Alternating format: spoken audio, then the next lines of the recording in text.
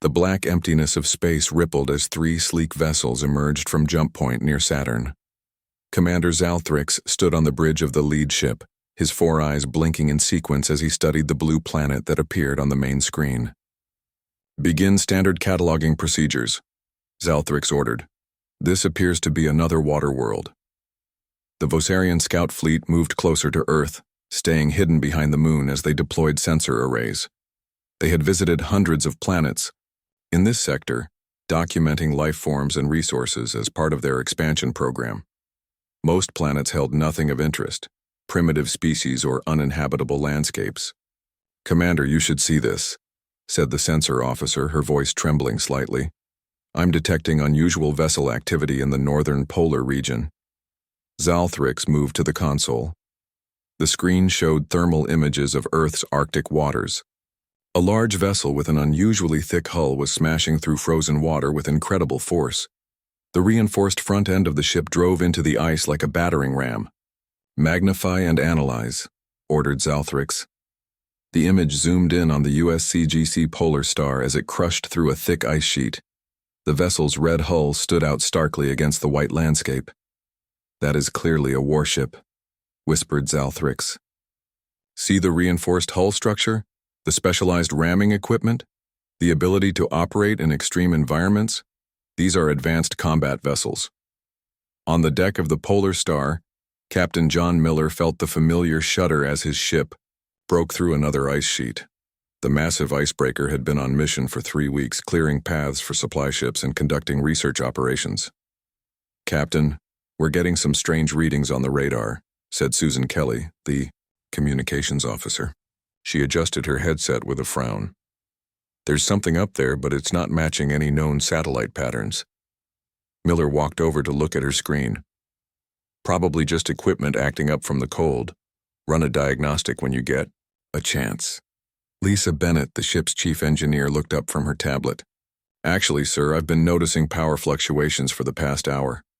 Something's interfering with our systems." Miller nodded but didn't seem concerned. "Keep an eye on it. We've got to clear a path to the research station by morning." He walked to the front windows and gazed out at the endless white landscape. The ship pushed forward, its engines rumbling as the strengthened bow sliced through another sheet of ice.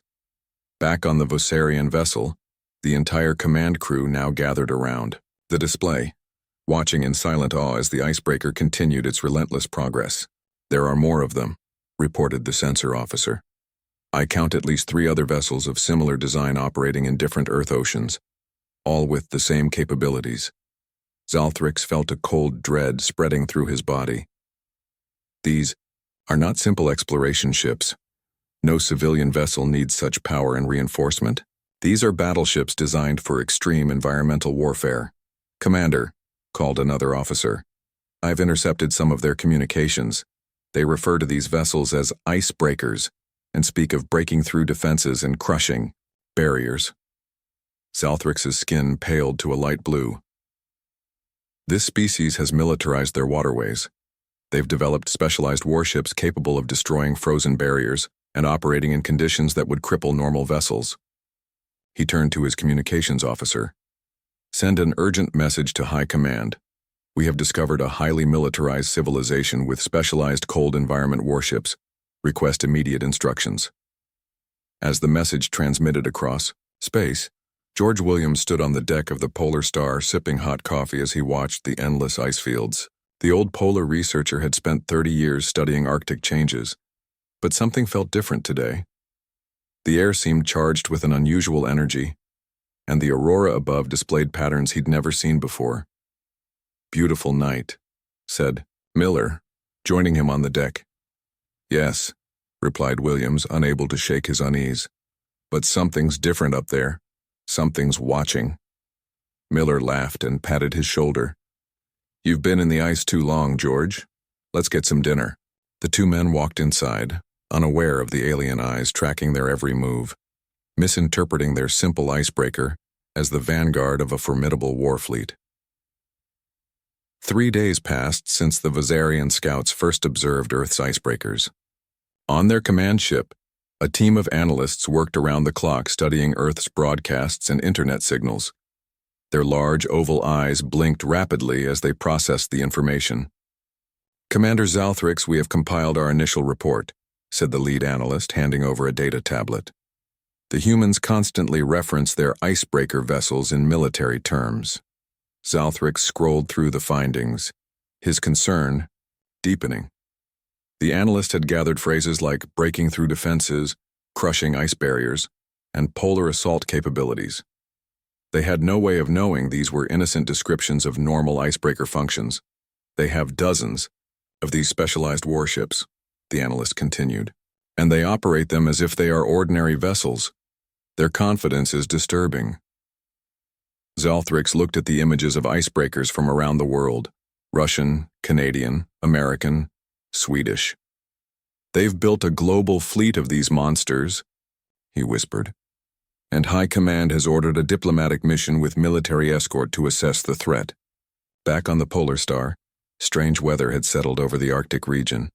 Unusual ice formations appeared overnight, and instruments showed bizarre readings. "I've never seen patterns like this," said George Williams, pointing to ice structures that seemed to form in perfectly straight lines. "It's like something is affecting the freezing process." Captain Miller frowned at the ice charts. "We're also picking up unusual magnetic disturbances. It's slowing us down." In the engine room, Lisa Bennett worked on the ship's radar system. "Nothing makes sense," she told her assistant. "These readings suggest something massive is hovering above us, but there's nothing there when we look."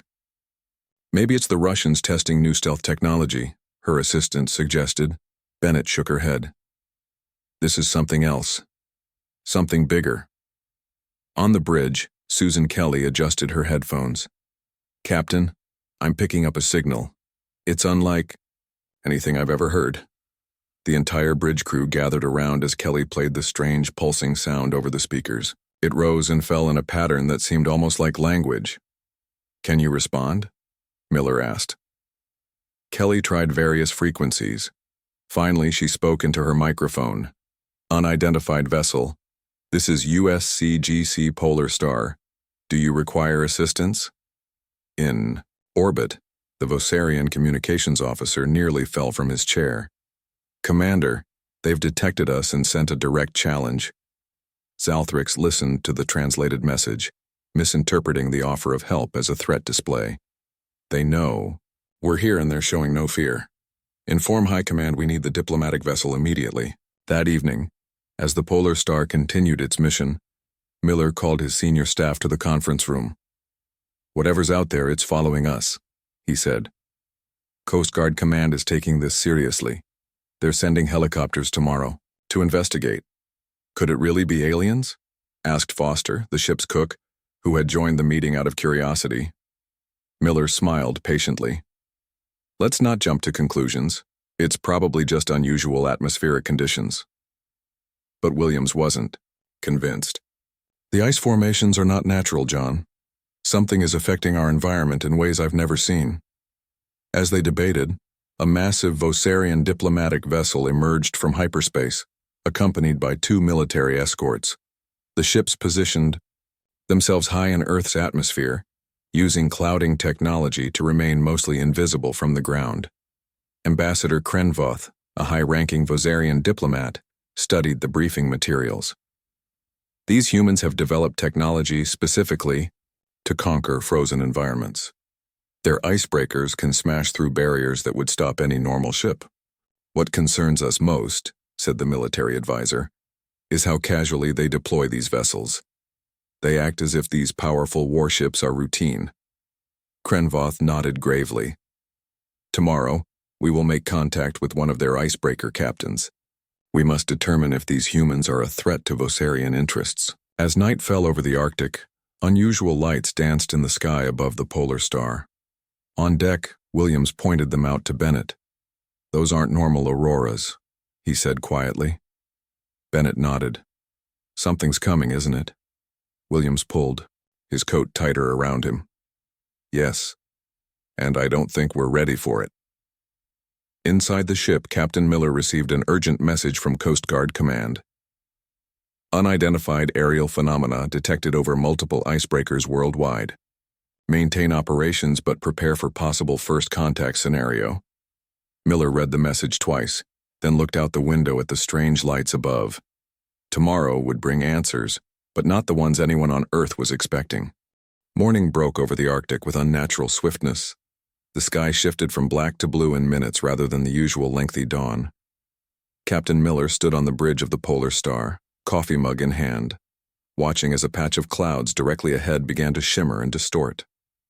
"All hands to stations," he ordered calmly, though his heart raced. "Susan, contact Coast Guard Command. Tell them we have visual confirmation of an anomaly." The crew moved with practiced efficiency, but their wide eyes betrayed their fear. "George, eh?" Williams grabbed his camera. Lisa Bennett checked the ship's systems one last time. Then it happened. The clouds parted and a massive vessel appeared. It hovered 300 feet above the ice, sleek and silver with blue lights pulsing along its hull. It was at least 4 times the size of the Polar Star. "My God," whispered Miller. Over the ship's radio came a voice, oddly accented but clearly English. "Earth vessel, this is Ambassador Krenvoth of the Vosarian Diplomatic Corps. We request immediate communication with your vessel commander." The bridge fell silent. Miller took a deep breath and picked up the radio. "This is Captain John Miller of the United States Coast Guard cutter Polar Star. We welcome peaceful contact," Susan Kelly whispered. "How are they speaking English?" "They must have been monitoring our communications," Bennett replied quietly. A beam of light shot down from the alien ship, creating a glowing circle on the ice 50 yards ahead of the Polar Star. "They want you to go out there," Williams said. Miller nodded. "Prepare the small boat. I'll meet them." 10 minutes later, Miller stood in the glowing circle on the ice, accompanied by Bennett and Kelly. A humming sound filled the air as 3 figures descended from the alien ship on a platform of light. The aliens were humanoid, but clearly not human. They stood 7 feet tall with bluish skin, large oval eyes, and 6-fingered hands. They wore what appeared to be armored suits with various devices attached. "Captain Miller," said the central figure. "I am Ambassador Krenvoth. These are my security advisors." Miller stepped forward, extending his hand in greeting. "Welcome to Earth, Ambassador." The aliens looked at his hand with confusion before Krenvoth tentatively extended his own 6-fingered appendage. They touched briefly. "We have been observing your vessel," said Krenvoth. "We are curious about its purpose." Miller smiled. "The Polar Star is an icebreaker. We clear paths through the ice for other ships and conduct research in polar regions." The aliens exchanged glances. "You admit freely that your ship is designed for breaking defenses?" asked Krenvoth. "Well, yes," Miller said, confused by the question. "We're just breaking ice. That's our job." The aliens stepped back slightly. One of them whispered something to Krenvoth, who seemed increasingly agitated. "And this vessel, it is part of your military force?" asked the ambassador. "We're Coast Guard, not Navy," Miller explained. "But yes, we're a military service branch during peacetime. Is there a problem?" Krenvoth's skin paled slightly. "How many of these icebreakers does your planet possess?" Miller thought for a moment. "Dozens, I suppose. Many countries operate them. Russia has the most, including nuclear-powered ones." At the word nuclear, the aliens visibly recoiled. Krenvoth spoke rapidly in his own language to his companions. Bennett stepped forward. "Would you like to see how the ship works? We could give you a tour." "You wish to show us your weapon systems?" asked one of the security advisors, voice rising. "Weapons?" Miller laughed. "We're not a warship. We just break ice to create paths." "You break solid matter with your reinforced vessel as a routine operation?" Krenvoth asked incredulously. "That's right," Miller nodded. "We can break through. Ice up to 6 feet thick." The aliens conferred again, more urgently. "One moment, Captain," said Krenvoth. The 3 aliens ascended back to their ship in a beam of light.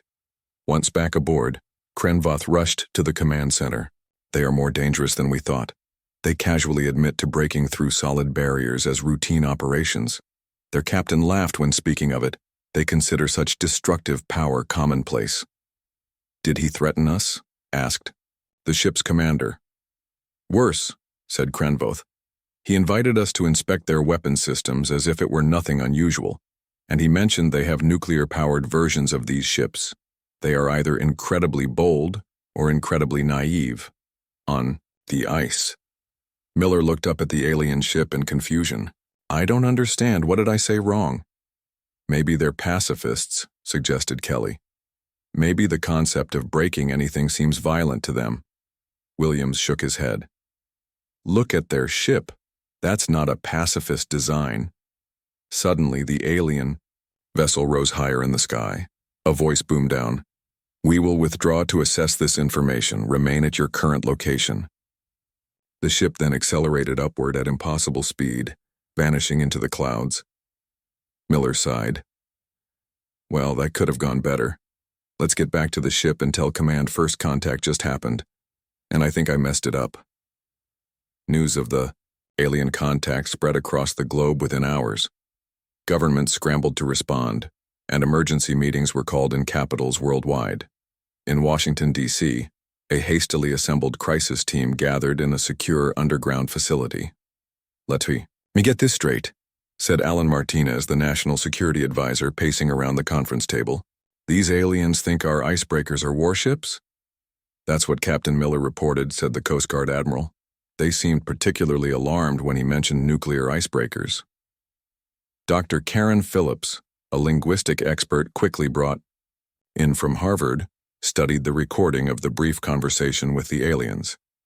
It's a classic case of contextual misunderstanding, she explained. To a species that may not have ice on their home planet, the concept of a ship designed to break through solid matter might seem inherently aggressive. The president, joining via secure video, leaned forward. What's our next move? They could return at any moment. We should demonstrate peaceful intentions, Dr. Phillips suggested. Show them what icebreakers actually do. Martinez shook his head. Bad idea. Watching a massive ship crush through ice might only confirm their fears. Sir, said the Admiral, we have reports that at least 3 more alien vessels have entered orbit. They're positioning themselves above major icebreaker fleets worldwide. The President looked grim. We need to establish clear communication before this escalates further. Dr. Phillips, can you create some kind of visual explanation that clarifies what icebreakers do? I'll work on it immediately. She nodded. Until then, the President continued. Instruct all icebreakers to continue normal operations. We won't appear intimidated. On the Polar Star, Miller and his crew prepared for another possible encounter. Coast Guard Command had ordered them to proceed with their mission while maintaining open communication channels.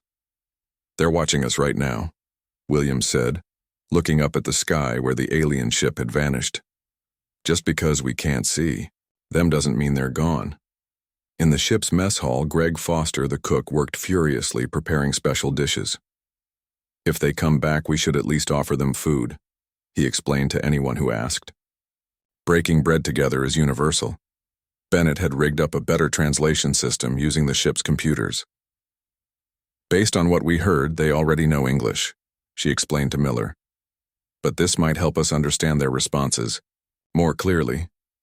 On the bridge, Susan Kelly monitored all frequencies. Captain, I'm picking up unusual signals. I think they're talking to each other above us. Miller nodded. Keep listening. If you get anything clear, let me know. In orbit, the Vosarian fleet had grown to 5 vessels. Commander Zalthrix conferred with Ambassador Krenvoth aboard the flagship. These humans are either incredibly brave or incredibly foolish, Zalthrix said. Despite knowing we're watching, they continue operating their ice-crushing vessels as if nothing happened. I believe it's a show of force, Krenvoth replied. Notice how their governments have ordered all icebreakers to maintain normal operations? It's a message. A sensor officer interrupted them. Commanders, we're detecting a new development. Multiple icebreaker vessels are converging near the human Arctic research base. On the screens, they watched as 3 icebreakers from different nations, American, Canadian, and Norwegian, charted courses toward a common point. They're assembling a fleet, Zalthrix whispered, preparing for confrontation. In reality, the ships were gathering for a long-planned international research mission. But the Vosarians had no way of knowing this. Meanwhile, in Washington, Dr. Phillips completed a simple visual presentation explaining Earth's relationship with ice. It showed Arctic trade routes, research stations, and how icebreakers enabled crucial supply lines. This makes it clear these are support vessels, not weapons, she told the president. Let's hope they're willing to listen, the president replied. The last thing we need is an interstellar incident based on a misunderstanding about boats. Alan Martinez wasn't convinced. Their technology is clearly far beyond ours. Why would they fear our ships unless they're looking for an excuse? Fear often isn't rational, Dr. Phillips countered. Imagine encountering aliens whose everyday tools appear to be weapons from your perspective. On the Polar Star, Miller received new orders. Join the International Research Group and prepare to host a formal diplomatic meeting with the aliens. They want us to be the welcoming calm. 2 days after the first contact, the Polar Star rendezvoused with the Canadian icebreaker and Norwegian research vessel. The three ships created a small clearing in the ice, forming a makeshift meeting area. Captain Miller stood on the bridge, watching as helicopters delivered diplomats and scientists from various countries. They're putting a lot of faith in us, Miller told Bennett. One wrong word from me nearly caused an interstellar incident last time. You'll do fine, Bennett assured him. Just don't mention the nuclear icebreakers again. Miller smiled nervously. Dr. Phillips sent over some visual aids that should help clear things up. The radio crackled.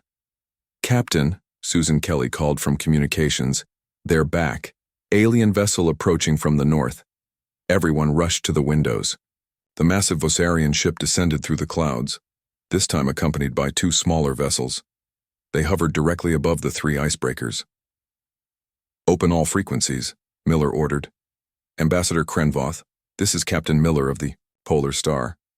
We welcome your return and invite you to join us for a cultural exchange. After a brief pause, the alien's voice responded. We accept your invitation, Captain. Prepare for our arrival.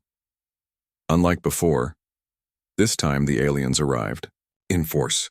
A large platform descended from their ship, carrying 8 Vosarians, all wearing what appeared to be protective suits. They landed on the ice where a heated tent had been set up as a meeting space. Miller led a delegation out to meet them. He noticed immediately that the aliens moved cautiously, their large eyes constantly scanning the icebreakers. Welcome back to Earth, Miller said, bowing slightly instead of offering his hand. We've prepared a presentation to explain our ships better. Inside the tent, Dr. Phillips showed simple diagrams of how icebreakers functioned. These vessels are tools for transportation and science, she explained. The reinforced hulls allow them to operate in ice-covered waters, creating paths for supply ships and research vessels. The aliens watched intently but seemed unconvinced. Ambassador Krenvoth asked, "Why must you break this ice? Why not simply travel around it?" Williams, the polar researcher, stepped forward. The Arctic is the fastest route between many locations, and we conduct important climate research here that helps us understand our planet. This interested the aliens. One of them, introduced as their science officer, asked detailed questions about Earth's climate systems. Miller decided to change tactics. Would you like to see the Polar Star in operation? Maybe a demonstration would help. The aliens conferred briefly before agreeing. Everyone returned to the ice and Miller radioed his crew to prepare the ship for a demonstration run. We'll break through that ice sheet ahead, Miller explained, pointing to a thick area of ice. You can observe from here safely. The Vosarians watched nervously as the massive red icebreaker began moving. Its engines rumbled powerfully as it approached the ice sheet.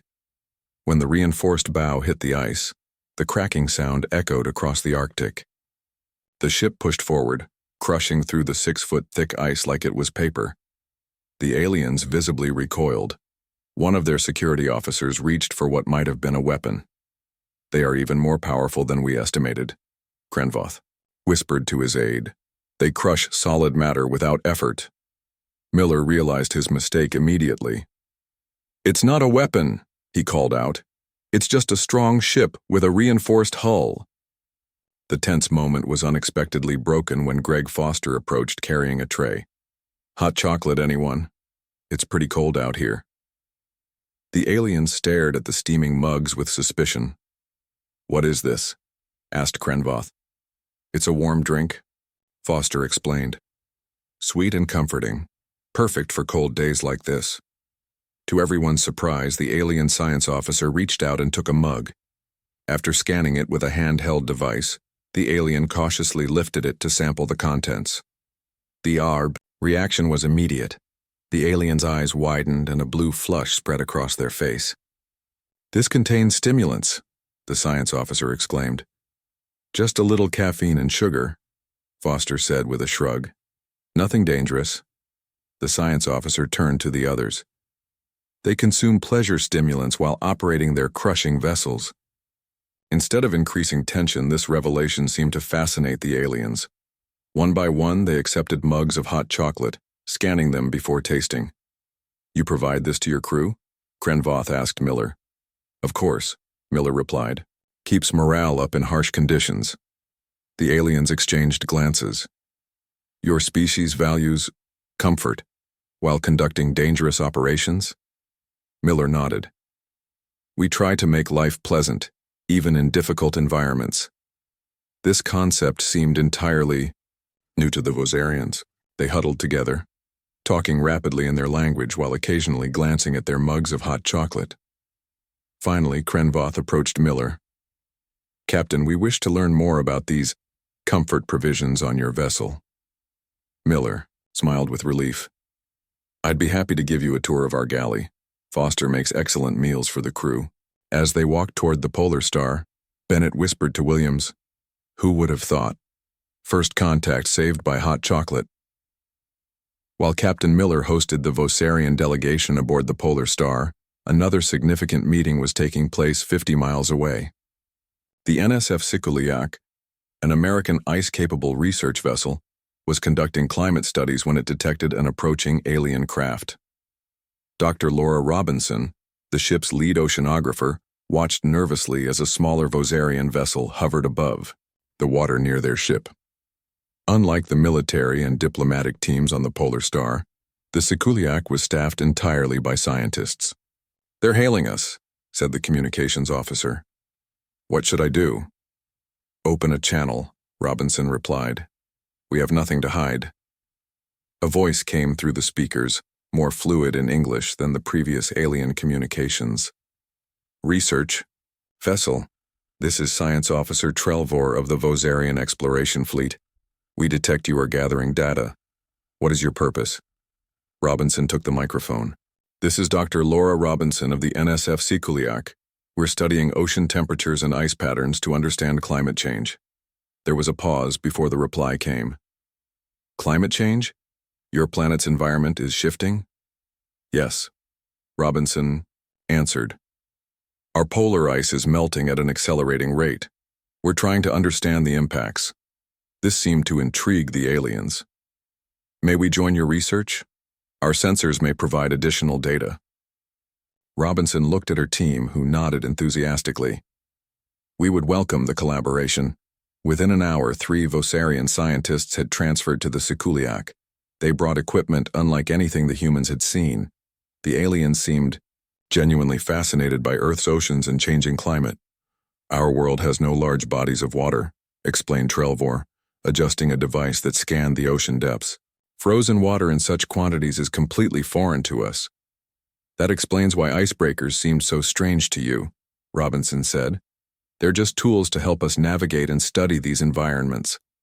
The alien scientists conferred briefly. We have misunderstood your vessel's purpose, Trelvor admitted. Our military analysts assumed they were weapons platforms. Robinson laughed. They're reinforced research platforms. The Polar Star helps clear paths so ships like ours can conduct our studies safely. As the day progressed, human and alien scientists worked side by side. The Vosarians' advanced sensors revealed ocean patterns the humans had never detected. In exchange, Robinson's team provided context about Earth's complex ecosystems. You mean all these microscopic organisms live in the water? Asked a Vosarian biologist examining plankton samples through their scanning device. They're the foundation of our ocean food web, Robinson explained. Without them, most ocean life would collapse. This information seemed to deeply affect the aliens. They recorded everything meticulously, occasionally sending data bursts to their main vessel. Meanwhile, a real emergency developed. The Canadian icebreaker CCGS Louis S. Saint Laurent received a distress call from a supply ship trapped in suddenly forming ice 30 miles away. "We have to respond," the Canadian captain radioed to Miller. "It's our duty." The aliens observed with interest as the Canadian icebreaker broke off from the diplomatic gathering and sped toward the trapped vessel. Krenvoth questioned Miller about this development. "They're responding to a ship in danger," Miller explained. "We never leave people stranded in the ice. All icebreakers have search and rescue capabilities." The Vosarians seemed startled by this.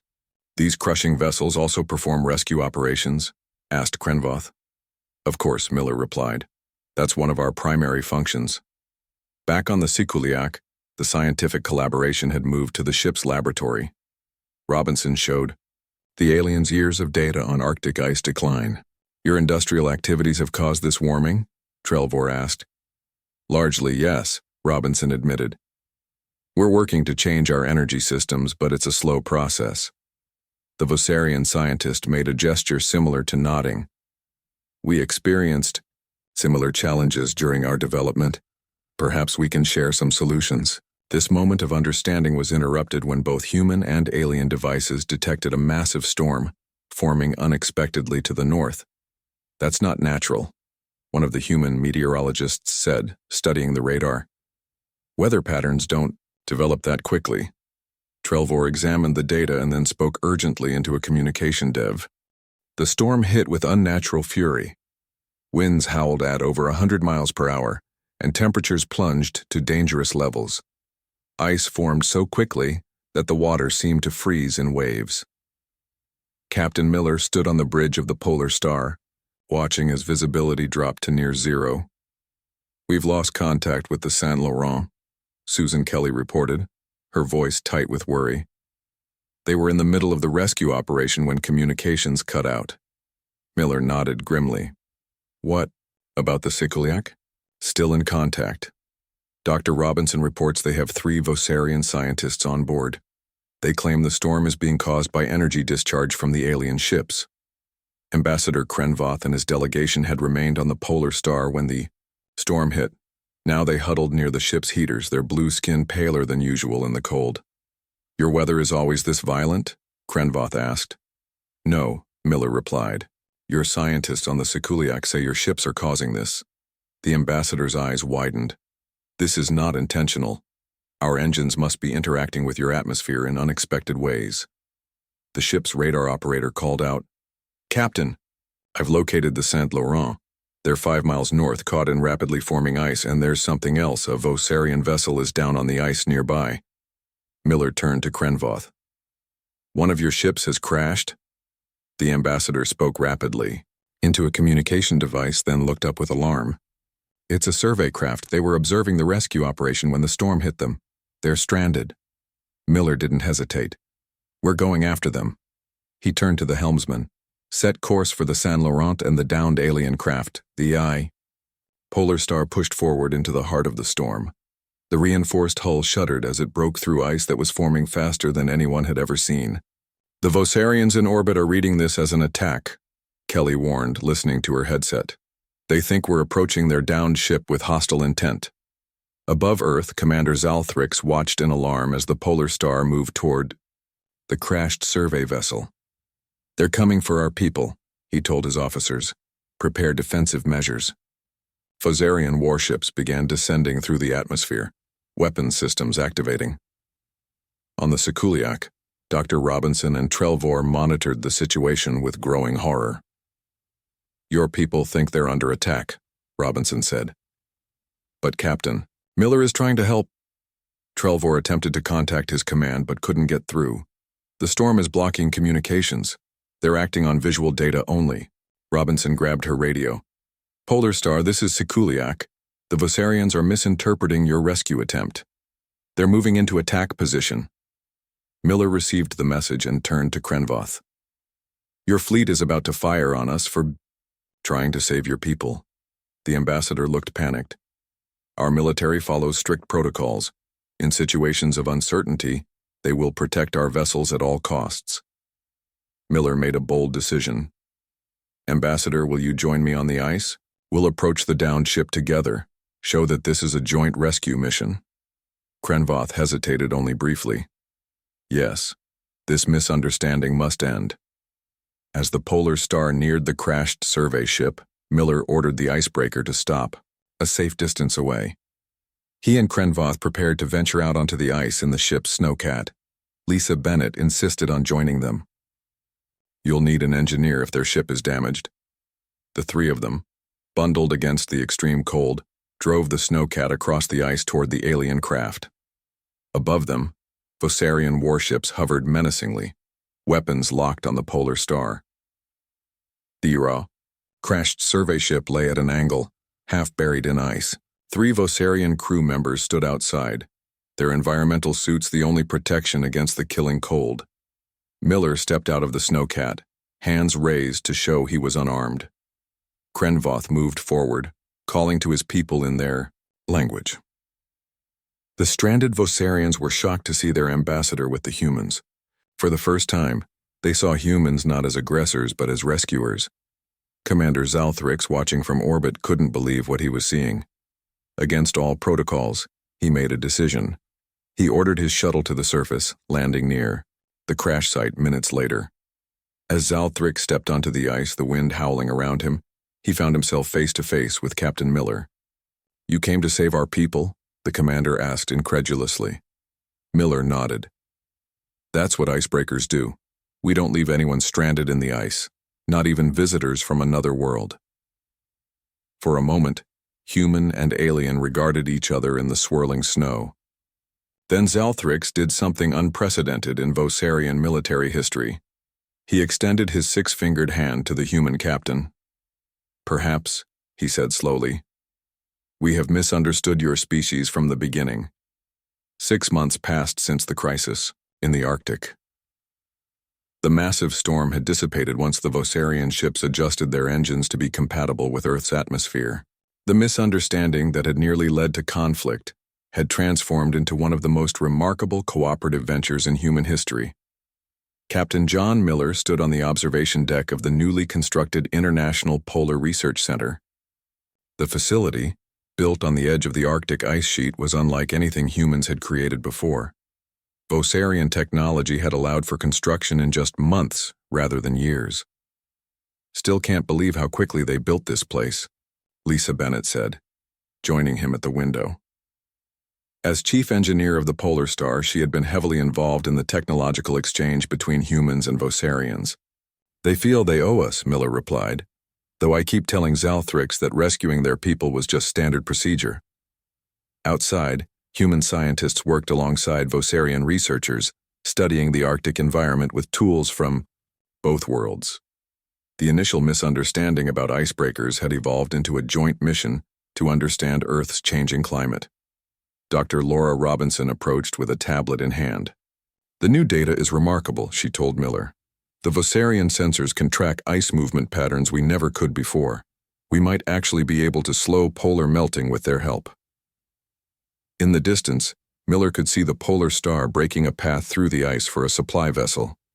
Following close behind was a surprising sight. A Vosarian ship specially designed to navigate through ice. Their first icebreaker, Bennett said with a laugh. Never thought I'd see aliens copying our weapons of mass destruction. Miller smiled. They're quick learners. Though I still don't understand how they developed faster than light travel without ever dealing with ice. Desert species, Robinson explained. Their home planet has no significant bodies of water, frozen or otherwise.